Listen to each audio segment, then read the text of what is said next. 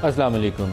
Israel का Iran के ऊपर ज़ालिमाना हमला, और ज़ालिमाना इसलिए है कि उसकी जितना बेसिक इंफ्रास्ट्रक्चर है उसको टारगेट कर रहे हैं। उसका आर्मी चीफ, उसको शहीद कर दिया।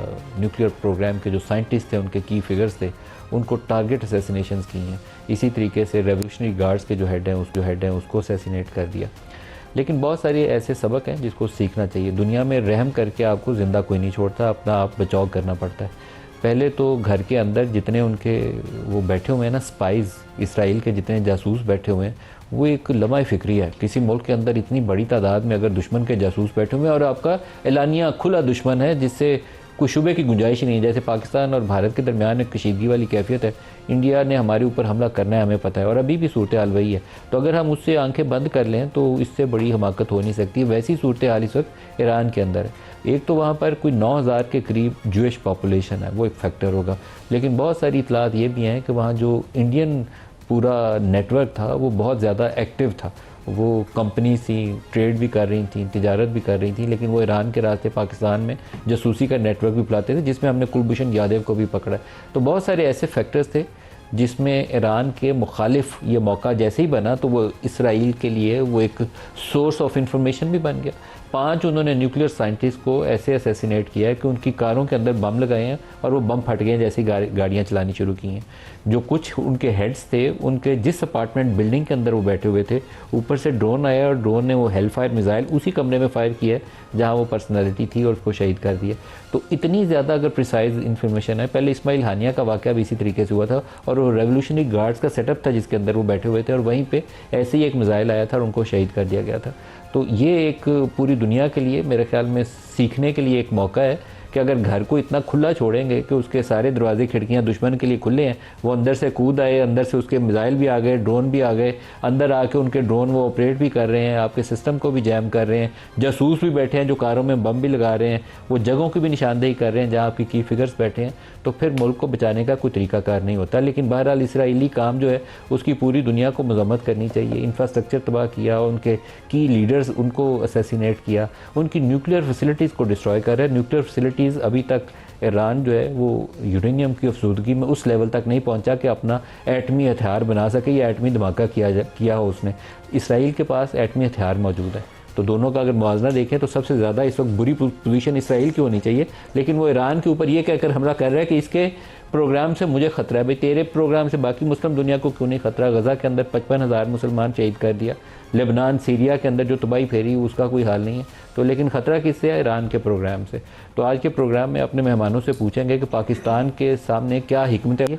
हमारा ख़तरा इंडिया वाला भी टला नहीं है, और मैं बार बार कहता हूँ कि माजी के अंदर जो 2 मवाक़िया है उसमें इसराइल और इंडिया का गठजोड़, हमें वज़ीर आज़म ने बताया कि इनका गठजोड़ था। अभी भी पहलगाम वाले वाक़े के अंदर भी मौजूदा वज़ीर आज़म ने बताया कि वहाँ पर श्रीनगर के अंदर इसराइली एडवाइज़र्स भी बैठे हुए थे और उनके इक्विपमेंट भी यूज़ हुआ। माजी के अंदर जो पहला वाक़या था पुलवामा के बाद, उस वक्त के वज़ीर आज़म इमरान खान ने भी यही बात हमें बताई कि एक मिसाइल हमले का ख़तरा था जिसमें इसराइली हथियार और उनके जहाज़ भी इस्तेमाल होने वाले का ख़तरा था, और फिर पूरी दुनिया के वर्ल्ड कैपिटल्स को इतला दी गई और वो मामला रुक गया। तो ये आपको दोबारा ख़तरा आइंदा आने वाले हफ्तों में, महीनों में दोबारा उसका सामना करना पड़ सकता है, और पाकिस्तान की तैयारी उस मामले में 100% रहनी चाहिए। हमें रिलैक्स नहीं होना चाहिए। आज जो शुरका हैं हमारे साथ स्टूडियोज़ में, सेनेटर फैसल वाडा पॉलिटिशियन है, तारिक फजल चौधरी साहब हैं, वफाकी वज़ीर पार्लिमानी अमूर हैं, दोनों को खुशामदीद कहते हैं। इजाज़ महमूद साहब एयर वाइस मार्शल रिटायर्ड हमारे साथ हैं, सबको प्रोग्राम में वेलकम करते हैं। तारिक चौधरी साहब, सबसे पहले तो आपकी हुकूमत की ये ज़िम्मेदारी बनती है कि एक ऐसे प्रोग्राम के ऊपर, एक ऐसी स्ट्रेटजी और हिकमत अमली के ऊपर काम करें कि पाकिस्तान के दिफा को और मौजूदा जो ख़तरात हैं इस रीजन के अंदर उसको सामने रखते हुए अपनी पेशबंदी करें। कोई इस हवाले से काम कर रहे हैं आप? बयाना से बढ़ के ये काम करने की ज़रूरत है आपका? कुछ जैसे वो वॉर गेमिंग करते हैं ना, वॉर गेमिंग इसके ऊपर करने की ज़रूरत है। बहुत शुक्रिया मलिक साहब, बिस्मिल्लाहिर्रहमानिर्रहीम। आपने बड़ा ही एक हकीकत पसंदाना और फैक्ट बेस्ड जो है वो तज्ज़िया किया है जो सूरत हाल इस वक्त ईरान में है। और इस वक्त जो जदीद जंगी आपने देखा है कि आलात इस्तेमाल हो रहे हैं, ख़ास तौर पे एक तो हमने पाकिस्तान इंडिया के दरमियान जंग हुई उसमें भी आपने देखा, अल्लाह ताला की ज़ात ने उस पर बात करेंगे कि किस तरह पाकिस्तान को हर मरहले और हर शोबे के ऊपर बरतरी और फोकियत दी। लेकिन अब जो आप ईरान में देख रहे हैं ये मामला वाकई बहुत काबिल फ़िक्र है। और बड़ा ही अफसोसनाक भी है कि ईरान के अंदर मौजूद उनके लोग बाकायदा काम कर रहे थे पहले, और ऐसा नहीं हुआ कि जितनी जगह के ऊपर जो है ये उन्होंने उनके कमांडर्स या इनके जो साइंटिस्ट थे उन पे हमला किया। कोई सारे पहले तो ये था कि शायद इन्होंने मिज़ाइल अटैक्स किए हैं या इन्होंने तैयारों के ज़रिए जो है वो मिज़ाइल मारे हैं, लेकिन अब ये पता चल रहा है कि ड्रोन्स और प्लस जो है वो धमाका खेज़ मवाद और इस तरह के बाकी इंटेलिजेंस की चीज़ें, वो उनके लोग जासूस आप कहें उनको, वो यहाँ पहले से मौजूद हैं। फाइटर जेट्स भी यूज हुए, सारा कुछ ही किया इस्तेमाल हुए, जो उनके अपने लोग भी हैं और प्लस जो लोकल भी लोग उन्होंने साथ को शामिल किए हैं। ये एक बड़ी ही ऐसी सूरत हाल है कि जो बड़ी ही फिक्र अंगेज़ है। इसके लिए मैं समझता हूँ कि ईरान को बहुत ज़्यादा तैयारी की ज़रूरत है, और अभी देखें कि इस वक्त जबकि वो बड़ी चैलेंजिंग फेज से गुजर रहा है, हमने अपनी हर तरह की एक आप ये कहें कि सपोर्ट पाकिस्तान की कौम की तरफ से, पाकिस्तान की आवाम की तरफ से, उनकी आवाम को, उनकी गवर्नमेंट को हर हवाले से, और इंटरनेशनल फोरम के ऊपर हमने ये कहा है कि हमारी ये जो इखलाकी सपोर्ट है, ये जो OIC है उसका इजलास होना चाहिए, उम्मत मुसलमान को इकट्ठा होना चाहिए, और ये जो जारियत है ये सिर्फ उम्मत मुसलमान की बात भी नहीं हमें करनी चाहिए, हमें जाना चाहिए जो हमारी इंटरनेशनल कम्युनिटी है उसकी तरफ। कि आप देखें, आप ह्यूमन राइट्स वायलेशंस की बात करते हैं, आप हर मुल्क की सॉवरेंटी की बात करते हैं, बैनुल अक़वामी कवानीन की बात करते हैं, ये जो खुल्लम खुला खिलाफवर्जी हो रही है इसमें तो मुस्लिम उम्मा को छोड़ें, आप देखें कि वो एक इंडिपेंडेंट सोवरेन कंट्री है, उसके ऊपर किस तरह दूसरा मुल्क जो है ज़बरदस्ती एक जंग मुसल्लत कर रहा है, और इंटरनेशनल कुव्वतें सारी जो हैं वो सोई हुई हैं। एक तो ये बात है, सोई नहीं हुई है, वो इसराइल की मदद कर रही हैं अनफॉर्चुनेटली। अच्छा, दूसरी अब बात यह है जो आपने पाकिस्तान की बात की है, देखें जिस तरह इंडिया ने हमारे ऊपर जंग मुसल्लत की, और जिस तरह मैंने कहा कि हर शोबे में उसमें 2-3 चीज़ें थीं। यानी सबसे पहले हमने उनके तैयारे गिराए, राफेल तैयारे जिसमें 4 शामिल थे, फिर उसके बाद हमने जिस तरह अपना एक साइबर वॉर में उनके सिस्टम को हमने जो है वो जैम किया, उनके डिफेंस सिस्टम को जैम किया। उसके बाद जो हमारे मिज़ाइल गए उनके मुख्तलिफ़ ठिकानों के ऊपर, 100 से ज़्यादा इंडियंस से उनकी हलाकतें हुई हैं, और मिलिट्री के लोग उनकी हर बेस के ऊपर जो है, जो बॉर्डर के ऊपर उनके गाँव थे, हमारे मिज़ाइल गए हैं, वो उनको तोड़ नहीं कर सके। तो ये तो था वो वारफेयर जो हम सब ने देखा है, और अल्लाह ने हमें इसमें लेकिन अब जिस ख़तरे की ओर आप बात कर रहे हैं, मैंने अभी उस दिन बजट इजलास के दौरान कौमी असम्बली में अपनी तकरीर में भी ये बात की है कि मार्काए हक जो है वो जारी है, बनियानुल मरसूस ख़त्म हुआ है जो कि उस जंग का नाम था, लेकिन जो मार्काए हक है वो भी जारी है। अभी सीज़ फायर हुआ है, अभी जंग बंदी नहीं हुई है। मैं इसकी तरफ दोबारा आपकी तरफ आपको लेकर आता हूँ। पहले मैं बॉर्डर साहब से भी चाहूँगा, ये जो ईरान वाला चैलेंज है इसके ऊपर आप भी बताइए कि हमें क्या करना चाहिए और किस तरीके से हिकमत अमली अपनानी चाहिए। शुक्रिया नदीम मलिक साहब। देखिए मलिक साहब, सबसे पहले तो ये कि वॉर किसी भी चीज़ का कोई हल नहीं है, किसी भी मुल्क के अंदर हो, एक साइड हो या 20 साइड हो। नंबर 1। नंबर 2 ये कि जो हमने शिकस्त दी है हिंदुस्तान को भी इस बार, बल्कि हिंदुस्तान से तो जान कोई नहीं छुड़ा पा रहा था मोदी की, हमारे चीफ ने अपनी स्ट्रैटेजी के तहत नेक्स्ट इलेक्शन मुझे नहीं लगता कि वो कर पाएगा। नंबर 3 सर ये कि हमारे लिए सबसे एक वो कहते हैं ना सर, जब फेलियर होता है तब भी अपॉर्चुनिटी होती है, और जब आपका भी कोई दुश्मन हो तब भी अपॉर्चुनिटी होती है। एक तो ये कि जिस वक्त फ़लस्तीन पर जुल्म हो रहा था उस वक्त सारी मुस्लिम कंट्रीज़ को साथ होना चाहिए था, यूनाइट हो जाना चाहिए था, क्योंकि हम उस वक्त यूनाइटेड नहीं थे, डिवाइडेड थे, और वो हिकमत अमली हमने नहीं अपनाई, तो उसकी वजह से उसको और शय मिली। नंबर 1।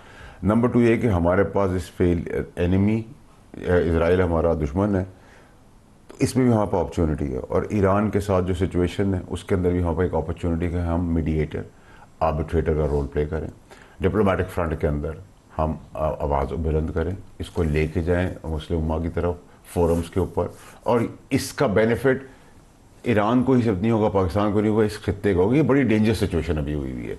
अगर आप पहले पाकिस्तान इंडिया की टेंशन थी, वो भी इस खत्ते के लिए मुश्किलात का बायस बन सकती है। पाकिस्तान इंडिया की टेंशन अभी वहीं पे है, खत्म नहीं हुई है। ये आपकी बात से छोटा सा पॉज है। मैं आपकी इस बात से टोटली एग्री करता हूँ, लेकिन हमें उसमें मुतमईन इसलिए रहना चाहिए अल्लाह की मेहरबानी से कि हमारी फ़ौज, हमारी आर्म फोर्सेस, हमारी एयर फोर्स, हमारी नेवी फुली तैयार है, और वो इसको ईज़ ऑफ करके नहीं बैठी हुई, वो हर मिनट लम्हा उसको मॉनिटर कर रही है। लेकिन ये बात आपकी बिल्कुल दुरुस्त है कि मेरी भी खदशात है, मेरी ख्वाहिश होगी, मैं गलत हूँ, कि कुछ ना कुछ ड्रामा हो सकता है, उसके लिए हमें प्रिपेयर्ड होना चाहिए। ठीक है जी, मैं कोशिश करूंगा सर ये वर्ड ना, अगर तो मोदी की हुकूमत गिर जाए तो फिर तो आप इसको स्केल डाउन कर दीजिएगा, नहीं तो ये इसका स्केल अभी ऊपर ही है। देखिए फिर तो मोदी की हुकूमत भी जाएगी, मोदी का सर भी जाएगा अगर आप कोई एडवेंचर उन्होंने किया, क्योंकि हमारी कैपेबिलिटीज़ पूरी दुनिया में सराही गई है।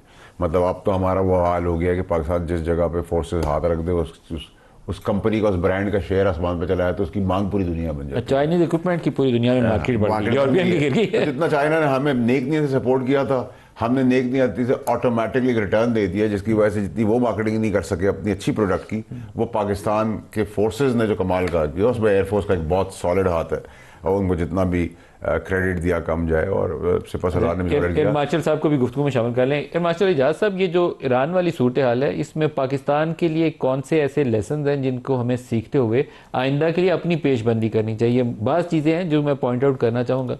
अगर ईरान सऊदी अरब, कतर, यूएई इन ममालिक के साथ बना के रखता है तो शायद उसको अरब वर्ल्ड से सपोर्ट मिल जाती, जो इस मौके पे उसको मिलनी चाहिए थी उतनी नहीं मिली। बड़ी वोकल होने चाहिए थे वो लोग, नहीं मिले। पाकिस्तान बोला, बाकी मुस्लिम कंट्रीज से वो आवाज़ें आई नहीं है उस शिद्दत के साथ। तो शायद ये एक बड़ा लेसन ये है। दूसरा, जो उसके घर की सूरत हाल है, वो तो शायद पूरी दुनिया के हर मुल्क के लिए एक लर्निंग कर्व होना चाहिए कि अपने दरवाजे इतने खुले मत छोड़ें कि दुश्मन अंदर घुस के ट्रक भी ले आए, जासूस भी ले आए, बम भी फिट कर रहा है, मिसाइलों के लिए निशानदेही भी हो रही है, तो फिर तो तबाही होगी। जी बहुत शुक्रिया मलिक साहब। आपका तज्जिया जो है वो भारत की आइंदा इंटेंशंस के बारे में और पाकिस्तान का जो के लिए जो आपने जिस तरह बात की, वो दोनों आपके पॉइंट बिल्कुल वैलिड हैं। और चूंकि आज का मौजू ईरान और इजराइल स्पेसिफिक है तो मैं उसी पे फोकस करूँगा। देखिए, ईरान की इस रीजन में एक बहरहाल एक न्यूसेंस वैल्यू है इजराइल के पर्सपेक्टिव से। और जब उन्होंने अपने इर्द गिर्द के तमाम मुसलमान ममालिक को या तो मुआहिदों के ज़रिए या ट्रेड के ज़रिए या किसी और फॉर्मल इनफॉर्मल अरेंजमेंट के ज़रिए उन्होंने अपने साथ मिलाया हुआ है, और उसका वाज़ेह सबूत ये है कि वो इम्प्यूनिटी के साथ पूरे इलाके की एयर स्पेस, उनके एसेट्स इस्तेमाल करते हुए वो ये जारहाना उन्होंने ये कैंपेन शुरू की है। तो ये अगर ईरान का प्रोग्राम वो जो है उसको सैबोटाइज करने में कामयाब हो जाते हैं तो ये बात यहाँ रुकेगी नहीं, क्योंकि उसके बाद नेतन्याहू की अपनी ऑन रिकॉर्ड स्टेटमेंट है कि दूसरा बड़ा ख़तरा उनको पाकिस्तान है। तो अब जबकि ईरान एक इस रीजन में एक आखिरी बफर के तौर पे वो खड़ा हुआ चैलेंज कर रहा है इजराइल को, तो अगर ये बफर भी ख़त्म हो जाता है तो फिर किसी टाइम फ्रेम डिफरेंट हो सकता है, लेकिन उनकी तरजीहात में इजराइल की फिर अगला टारगेट पाकिस्तान हो सकता है। और उसके लिए उनको भारत की सूरत में इस आय उनके पास मौजूद है। और ये चीज़ आपने दो पिछली जो हमारे उनके साथ एपिसोड्स हुई आपने उसको रेफ़र किया। अगर आप उससे पीछे जाएं तो कम से कम 2 बार जो है एक सीरियस स्ट्राइक ऑप्शन जो है उन्होंने कंटेम्पलेट की, जब पाकिस्तान अपने न्यूक्लियर प्रोग्राम को आखिरी स्टेजेस पे था, या जब पाकिस्तान 98 मई में जो है न्यूक्लियर धमाके करने की करीब था। तो वो एक रियल थ्रेट रही है हमें, और इस चीज को सर अभी भी रियल थ्रेट है, अभी भी रियल थ्रेट है। और इंडिया और इसराइल का जो गठजोड़ है, आपको जो हमारी इंटरनल हिकमत अमली है ना, इन दोनों को सामने रख के हमें बनानी पड़ेगी कि ये दोनों अगर इकट्ठे मिलकर पाकिस्तान के खिलाफ आते हैं तो फिर इनसे निपटना कैसे है। इसको रूल आउट मत करिए, ये दोनों मिलके आएंगे। रियल थ्रेट है जो नजर आ रहा है आपको मलिक साहब, ये दोनों मिलके आएंगे। 1980s में 82-83 में एक रॉ के पुराने डिप्टी चीफ रवि रिखाई ने एक किताब लिखी थी, 4th राउंड। उसने उस वक्त इस चीज़ को कंटेम्पलेट किया था और एक फिक्टिशियस उसमें सिनेरियो बिल्ड करके उसने उस वक्त की थी कि हम किस तरह पाकिस्तान का एटॉमिक प्रोग्राम को हम सब जो है न्यूट्रलाइज कर सकते हैं, उसकी क्या ऑप्शंस है और उसके प्रोज एंड कॉन्स। उसने एक फिक्शन की सूरत में वो किताब लिखी, वो उसकी बड़ी रिसर्च थी उसमें। बाकी सारी चीज़ें उसने पाकिस्तान की उस वक्त की जो कैपेबिलिटीज़ थी वो उसने बिल्कुल एक्चुअल प्ले की थी, लेकिन किताब की थीम उसने जो है वो फिक्शन रखी। तो ये उनके थॉट प्रोसेस का, रॉ का, मुसायद का ये कॉमन एजेंडा है। और हमें बिल्कुल सबक सीखना चाहिए ईरान के एपिसोड से, और हमें हम वक्त तैयार रहना चाहिए इस थ्रेट के खिलाफ। बिल्कुल सही है। तारिक फजल साहब, जो एक बहुत बड़ा लेसन मुझे ईरान के अंदर नज़र आया, वहाँ जो सोसाइटी के अंदर इंटरनल डिवीजन है बहुत ज़्यादा है। वहाँ जो मौजूदा उनकी हुकूमत है, जब से वो इनकलाब ईरान के बाद वाली सूरत हाल है, तो वो सोसाइटी को उन्होंने खुलने का मौका नहीं देते। कभी वहाँ निकाब के ऊपर, वो हिजाब पहनने के ऊपर वहाँ इस कदर क्राइसिस पैदा होता है कि आप सोसाइटी का गला घोंटे ना तो रिएक्शन आता है। तो आपको लोगों को इम्ब्रेस करना चाहिए, जोड़ना चाहिए। वो किसी मुसलमान खलीफा का है कि उससे निज़ाम हुकूमत के ऊपर पूछा गया कि वो क्या है, तो उन्होंने कहा कि ये कच्चे धागे की तरह अवाम और हुक्मरान का रिश्ता है। जब अवाम खींचे तो वो डोर छोड़ देता है, तो जब अवाम ढीली छोड़े तो वो खींच लेता है। ये एक बेसिकली एक वो पूरा प्रिंसिपल है आपका हुकूमत का और अवाम के ताल्लुक का। तो ये भी एक लेसन है ईरान वाले मामले से, जिसको हम सबको सीखना चाहिए कि कभी सोसाइटी के अंदर इतनी पोलराइजेशन ना आ जाए कि वो तकसीम के लेवल्स जो हैं वो रेड लाइंस, फॉल्ट लाइंस बन जाए आपकी। मलिक साहब, मैं बिल्कुल आपको इस बात पे तज्जिया करने से पहले सबसे पहले तो in comparison to that situation जो आप बता रहे हैं, मैं पाकिस्तान की आवाम को अप्रिशिएट करूँगा कि अल्लाह ताला ने हमें एक ऐसी कौम दी है कि ये मार्का हक शुरू होने से पहले इंडिया के साथ हमारे अंदर भी कोई पॉलिटिकल डिवाइड, कोई रीजनल डिवाइड, कोई इलाकाई, कोई मजहबी, लिसानी, फ़िरका वारियत, काफ़ी डिवीजन्स नज़र आ रही थी। और मैं तो अक्सर ये बात कहता होता हूँ कि शायद इंडिया का हमारे ऊपर हमला करने की एक वजह यह भी थी कि उसे नज़र आ रहा था कि शायद हम ये कोई तकसीम शुदा कौम है और हमारे अंदर जो है वो यूनिटी और वादत वो उस तरह नहीं आएगी और हम कमज़ोरी का सबूत देंगे। लेकिन जिस तरह पाकिस्तान की कौम इकट्ठी हुई है और इस पूरे मार्के में जिस तरह उन्होंने बिल्कुल एक बंद मुट्ठी की तरह इत्तेहाद के साथ मुल्क के दिफा की बात की, अपने जान के नजराने देने की बात की, अफवाज पाकिस्तान के साथ खड़े होने की बात की, बहुत बड़ी स्ट्रेंथ मिली हमारी अफवाज को। तारिक साहब, हर दफ़ा इंडिया के खिलाफ कौम आपको ऐसी 25 करोड़ यूं जुड़ी हुई मिलेगी। मैं तो कहता हूँ 10 लाख फौज नहीं, 25 करोड़ फौज। लेकिन आप उस इशू को अंडरमाइन मत करिए कि सोसाइटल पोलराइजेशन नहीं होनी चाहिए। ये हर्ट करती है। बात मैं यही कर रहा था कि अब इससे जो हमें लेसन लर्न करना है, बासियत गवर्नमेंट भी और इसके मैनेजमेंट के हवाले से भी, कि हमें उस तरफ जाना ही नहीं चाहिए कि जहाँ पे ये पोलराइजेशन हो। हमें वो जो अल्लाह ने इकट्ठा किया है तो इस इत्तेहाद को इंशाल्लाह कायम रख के इससे फ़ायदा उठा के पाकिस्तान के मसाइल हल करने की और पाकिस्तान की तामीर और तरक्की की बात हमें करनी चाहिए। और हम कर रहे हैं। हम ये बात मैं कर रहा हूँ तो इसका मतलब है कि हमारे अंदर ये बातें जो हैं ये डिस्कस होती हैं और हम इस पर बात करते हैं और इसके बारे में प्रैक्टिकल आगे क्या इक़दाम करने चाहिए उनके बारे में भी हम तय करते हैं कि हम कैसे चलेंगे इंशाल्लाह। ईरान की जो आपने बात की, देखें ये बिल्कुल एक बड़ी अनफॉर्चुनेट बात है जो आपने की है। अब उसके ज़ाहिर एक इंटरनल सिचुएशन है उसकी, एक जो उनका एक इनकलाब आया उसके पीछे भी एक हिस्ट्री है, उसके बाद जो चीज़ें चलती रहीं वो भी पूरी दुनिया जानती है। अब ये इंटरनल उनकी सिचुएशन क्या रूप या रंग इख्तियार करती है, मेरा ख्याल है कि अभी इसके बारे में राय देना कबल अज़ वक्त होगा। लेकिन जहाँ तक ताल्लुक़ है उनके अंदर अब कैपेसिटी कितनी है कि वो किस तरह इसको फाइट बैक कर सकते हैं, मैं समझता हूँ कि उनके अंदर भी जज्बा पूरा मौजूद है। जिस तरह उन्होंने इसको रिटेलिएट किया है और जवाबी हमला उन्होंने इसराइल पे किए हैं, एक नहीं कई किए हैं, मुतादिद किए हैं। और हम जो वीडियोज़ भी देख रहे हैं उनकी कई बिल्डिंग्स गिरी हैं, उनके शहरों को नुकसान पहुँचा है। तो बेहतर तो ये है कि जैसे कि वोडा साहब ने बिल्कुल अपने पहले जुमले में कहा कि जंग किसी मसले का हल नहीं है। अगर इस खत्ते के अंदर इस तरह की एस्केलेशन होगी तो उसके असरात इस खत्ते के ऊपर वो दूररस होंगे, वो इंतहाई ख़राब और बुरे होंगे, वो अच्छे नहीं होंगे। हम पूरी कोशिश करेंगे कि इस मसले को रुकना चाहिए। अपने तमाम आलमी जो हमारे राब्ते हैं उन्हें इस्तेमाल करेंगे, कनेक्शंस को इस्तेमाल करेंगे। आप देखें कि जब हमने 10 मई को इंडिया को जवाब दिया उसके बाद उन्हें सीज़ फायर की बात करना पड़ी। और हमने जब देखा कि हमें अल्लाह ने फ़तह दिया, हमने कोई उसमें देर नहीं लगाई। हमने कहा जी ठीक है, सीज़ फायर करते हैं, तो हम उसके लिए तैयार हैं। तो वहाँ पे भी हम कोशिश करेंगे। वहाँ पे अमेरिका ने एक किरदार अदा किया। पाकिस्तान इंडिया के दरमियान जो कॉन्फ्लिक्ट था और उसमें वो कॉन्फ्लिक्ट ख़त्म हुआ, सीज़ फायर की पे पहुँचा। एस्केलेशन की बात हमने नहीं की, हमने इस खत्ते में पीस की बात की। तो हम अपना ये जिम्मेदाराना रोल इस कॉन्फ्लिक्ट में भी अदा करेंगे और कोशिश करेंगे कि ये कॉन्फ्लिक्ट जो है ये कम से कम हो और ये वॉर जो है ये बड़े स्केल के ऊपर ना फैले। फैसल वाडा साहब, जो पाकिस्तान की लीडरशिप का, आर्मी चीफ का और प्राइम मिनिस्टर का एक मेरे ख्याल में यहाँ पे रोल बनता है, वो ये है कि कुछ अरब मालिक को और ईरान को इस इशू के ऊपर जोड़ने की कोशिश करे, इवन चाइना और रशिया को इंगेज करने की कोशिश करी जाए, ताकि यहाँ से ईरान का फैक्टर जो है वो वाला हाल ना हो जाए जो गजा में हो रहा है, वो वाला सूरत हाल नहीं पैदा होनी चाहिए।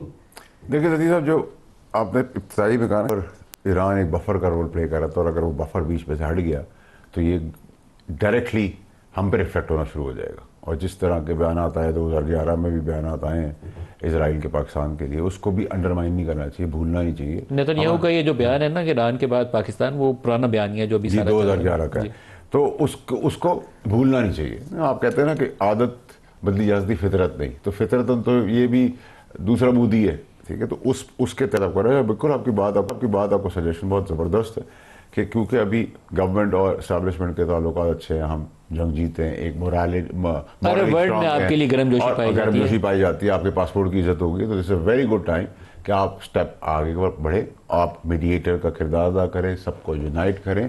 और अगर आप खित्ते में एक दुश्मन के सामने भी पीस लेके आ जाते हैं और झंडा लहरा देते हैं सफ़ेद रंग का, जिसको ईरान का फायदा होता है, खित्ते का फायदा, पाकिस्तान का फायदा होता है, nothing like it, it's a great opportunity for Pakistan.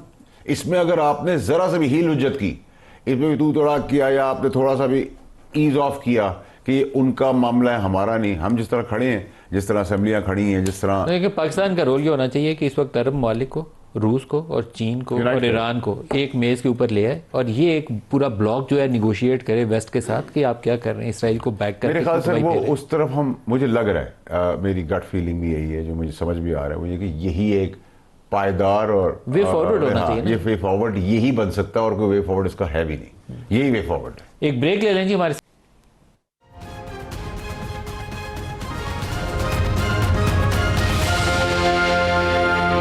Welcome back. अभी एक लेटेस्ट क्लिप आया है हमारे पास, एक ईरान टीवी के ऊपर एंकर प्रोग्राम कर रही हैं और करते करते वहाँ पे मिसाइल हमला हुआ है और वो मलबा वलबा वहीं पे स्टूडियो के अंदर उनके ऊपर गिरना शुरू हो गया। क्लिप दिखाइएगा, फिर साथ गुफ्तगू करते रहेंगे, साथ दिखाते रहिएगा। ये आप मुख्तलिफ जो मिसाइल अटैक हैं उसकी वो साइड पे फुटेज दिखाते रहें। मैं एयर मार्शल इजाज़ साहब की तरफ वापस जाऊँगा।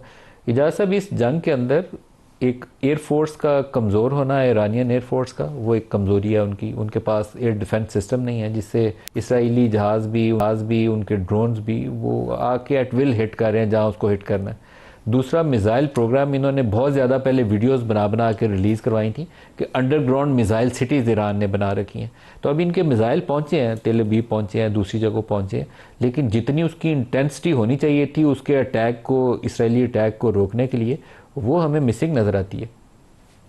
जी मलिक साहब, आप सही फरमा रहे हैं, लेकिन हमें इस असेसमेंट को इस तनाजुर में देखना चाहिए कि पिछले 45 सालों से किस तरह की आइसोलेशन का शिकार है, उस पर किस तरह की पाबंदियां हैं।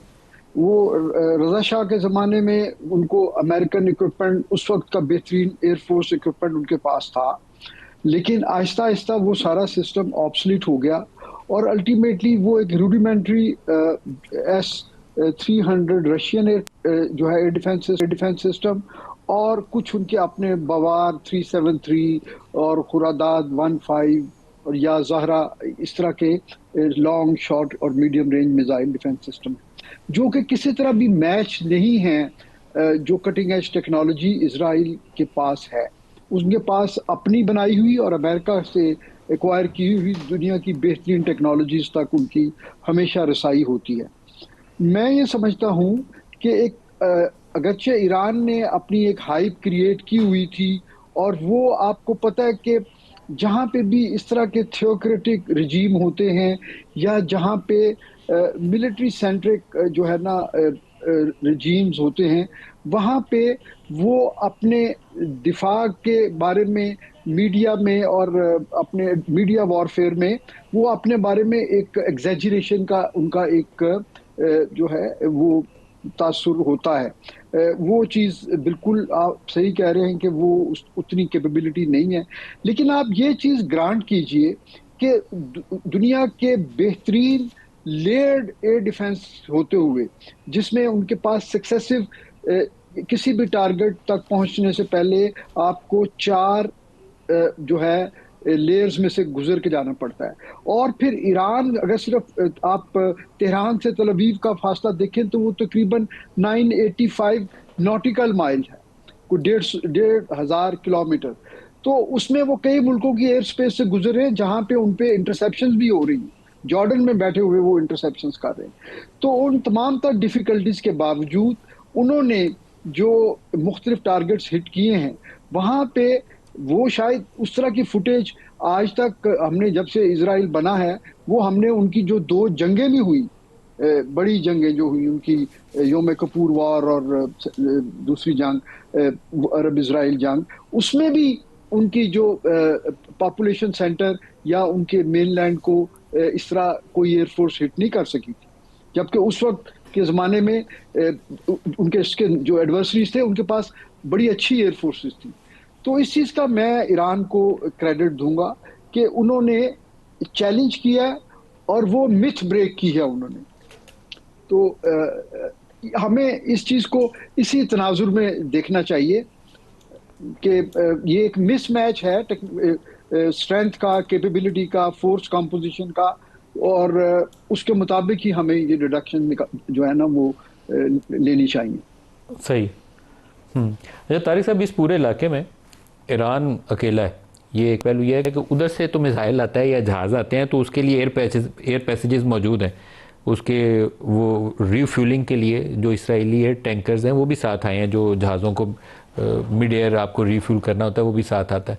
लेकिन इधर से जो ईरान देता है उसके लिए वो जॉर्डन और दूसरे ममालिक उसको शॉट डाउन करते हैं।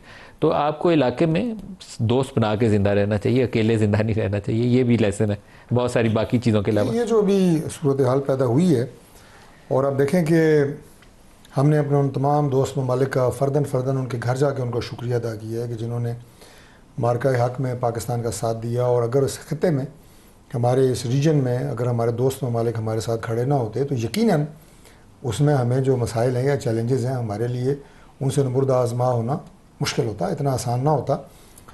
ये एक बहुत बड़ी हकीकत है। और ये एक अपने गली मोहल्ले में अगर आप देखें तो अपने, मेरे और आपके सतह के ऊपर, एक आम आदमी की सतह के ऊपर भी अच्छे पड़ोसी होना एक बहुत बड़ी नेमत होती है। और अगर आप इसको स्केल को बड़ा करें, एक मुल्क की हैसियत से देखें, तो उसमें भी अच्छे पड़ोसी और फिर उनके साथ इंटेंशनली आप अच्छे ताल्लुकात बना के रखें, एक ज़िम्मेदार और एक पीसफुल मुल्क की तरह।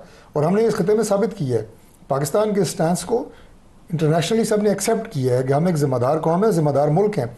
हालांकि अपने माइट की वजह से और अपना एक बेटर इकॉनमी की वजह से इंडिया ने इससे पहले जो प्रोपेगेंडा पूरी दुनिया में फैलाया हुआ था वो ये था कि शायद इस खत्े का अकेला वही चौधरी है, वही सारे फैसले करता है और उसी की चलती है और वही जो है वो जो कहता है वो सही होता है।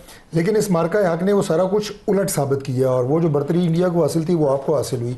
अभी आपने एक जुमला बोला था प्रोग्राम के स्टार्ट में कि मार्का हक़ अभी जारी है, बुनियानुल मरसूस जो है वो कंप्लीट हुआ है, वो जो मिलिट्री का एक फर्स्ट फेज़ था, लेकिन मार्का हक़ अभी जारी है। इसको आप कैसे डिफाइन करते हैं? देखिए, ये मेरी बड़ी ये कंसीडर्ड ओपिनियन है कि मार्का हक़ जो है वो जारी है और बुनियानुल मरसूस जो है वो ख़त्म हुआ है।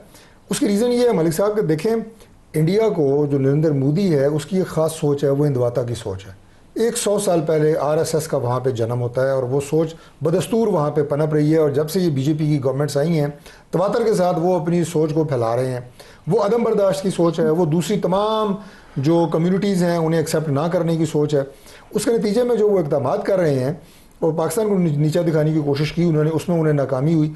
अब नरेंद्र मोदी पहली बात उस जहनीत से बाज नहीं आएगा। दूसरी बात यह है कि उसे वहाँ पर मुख्तलिफ सवालात का सामना है। अपोजिशन उसे सवाल पूछ रही है, उसे मीडिया सवाल पूछ रहा है कि तुमने किया क्या है, हमारा तो बड़ा एक कद काट था पूरी दुनिया के सामने, तो तुमने तो हमें जलील करके रख दिया है, सिंपल वर्ड्स में। तो इस सिचुएशन में नरेंद्र मोदी कोई भी गलती कर सकता है। जंग बंदी की जो मैंने बात की है, अब ये सबको पता है कि अभी सीज़ फायर हुआ है, वो कोई गलती दोबारा कर सकता है। अपने इंटरनल प्रेशर में आके अपनी उस हिंदवाता सोच की मैंने बात की, हिस्ट्री आपको बताई, उसकी वजह से, और अगर उसने गलती की उसमें तो कोई दो राय नहीं है कि अल्लाह ताला के फजल से हम वक्त तैयार हैं, हमारी बरी फौज हो, फ़ज़ाई हो, नेवी हो, हमारे इंटेलिजेंस के इदारे हों। और यहाँ मैं ज़रा आपके प्रोग्राम में ज़रा खुल के ये बात करूँ कि हमने हमेशा हर प्रोग्राम में अपनी जो अचीवमेंट्स हैं उसमें बड़ी फ़ौज, सिपहसालार फील्ड मार्शल आसिम मुनीर साहब, उनकी क़यादत, उनका प्रोफेशनलिज्म, उसके बाद हमारे जो एयर चीफ़ हैं ज़हीर बाबर सिद्धू साहब, उनका प्रोफेशनलिज्म और पेशावराना महारत, उनकी बहादुरी, सबको अप्रिशिएट किया, नेवी को। लेकिन हमारे जो इंटेलिजेंस के इदारे हैं, इनका बड़ा की रोल रहा है उसमें। जितने हमारे फ़ौज के इंटेलिजेंस के इदारे हैं, किस तरह हमने वहाँ पे टारगेट्स को लॉक किया इंडिया में। मैंने आपको बताया कि 100 से ज़ायद उनके बंदों को मारा हमने, और उनकी तमाम, और ये मिलिट्री की मैं बात कर रहा हूँ, हमने किसी सिविल इंस्टॉलेशन को नहीं मारा। तो ये सारी हमारी जो तैयारी है अल्लाह के फजल से बिल्कुल मुकम्मल है। हमारी ये ना तो ख्वाहिश है कि ये मार्का दोबारा ज़िंदा हो, ना हमारी ये आप ये कहें कि हमने कोई ऐसी इस खत्ते में बढ़ के मारी है। हमने तो पीस की बात की है, अभी हम इनकी बात कर रहे हैं। पहले भी, इससे पहले भी जो एस्केलेशन की थी वो इंडिया ने की थी, उसे मुंह की खानी पड़ी।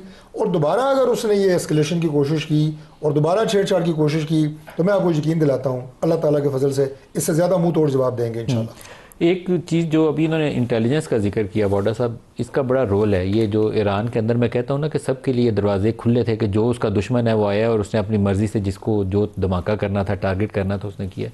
इंटेलिजेंस को रीफोकस करना चाहिए। अमेरिका ने 9/11 के बाद होमलैंड सिक्योरिटी का डिपार्टमेंट क्रिएट किया था, तो हमारी भी जो मुख्तलिफ एजेंसीज़ हैं, इन्हें सेंट्रलाइज्ड कोऑर्डिनेशन का एक पूरा सेटअप बनाना चाहिए।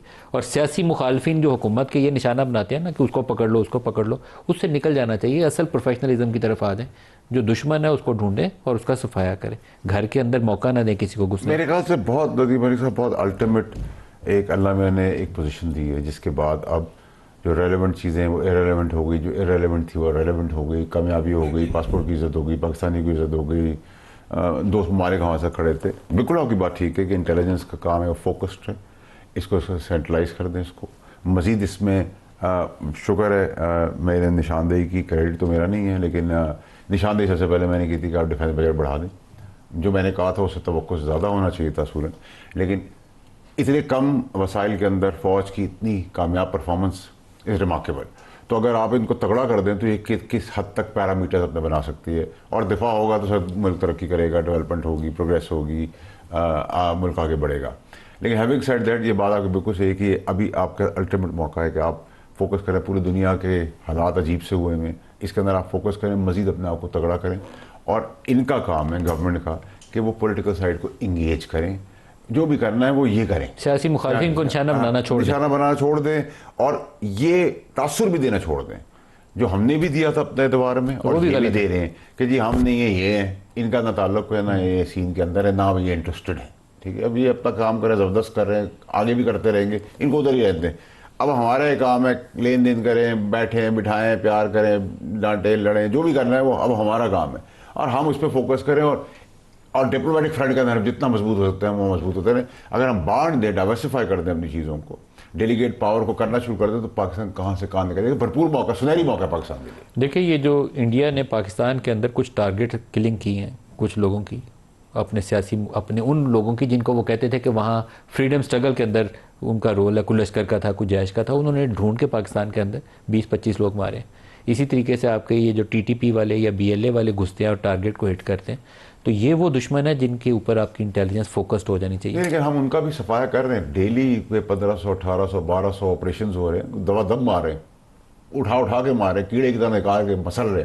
तो ये फौज का क्रेडिट, मेरा तो ख्याल है सेटिस्फाइड नहीं होना चाहिए, उसके ऊपर उससे बढ़ के आपको फोकस करना चाहिए। छोटी छोटी पॉकेट्स है ना, तो इसमें बड़ा डिटेल्ड, बड़ा लंबा प्रोसीजर है। ईरान वाले सबक है बिल्कुल। और आपने बड़ी अच्छी निशानदेही की कि दोस्त ममालिकों का साथ होना बड़ा जरूरी है। अकेले आइसोलेटेड हो जाते हैं, बड़ी प्रॉब्लम आती है। बड़ा साहब की बात जो आपने दोस्त ममालिक की बात की ना, पड़ोसी, देखें अनफॉर्चुनेटली ईरान के अंदर से पाकिस्तान की जो बॉर्डर के ऊपर हमारे एरियाज़ हैं, दहशतगर्द वहाँ बैठ के पाकिस्तान के ख़िलाफ़ कार्रवाई करते रहे हैं। इंडिया बॉर्डर एरियाज़ के ऊपर ईरान के थ्रू ऑपरेट करता रहा पाकिस्तान, ईरान में भी और अफगानिस्तान के रास्ते भी, दोनों। अफगानिस्तान पर कभी मौजूद गुफ्तगू नहीं है इस टाइम ने ईरान का, अफगानिस्तान तो डेफिनेटली अभी भी कर रहे हैं।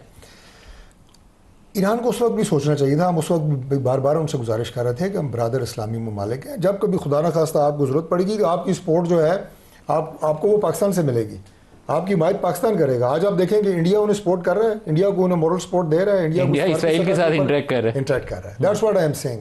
तो ये एक लेसन जो आपने कहा ना, ये सब के लिए है और ईरान के लिए बिल्कुल है। और आज मैं देख रहा था कि टीवी पे कि ईरानी पार्लियामेंट के अंदर पाकिस्तान तशक्कुर के नारे, यार वो चलते वो प्रोड्यूसर साहब प्ले कर दें, वो प्ले कर दें।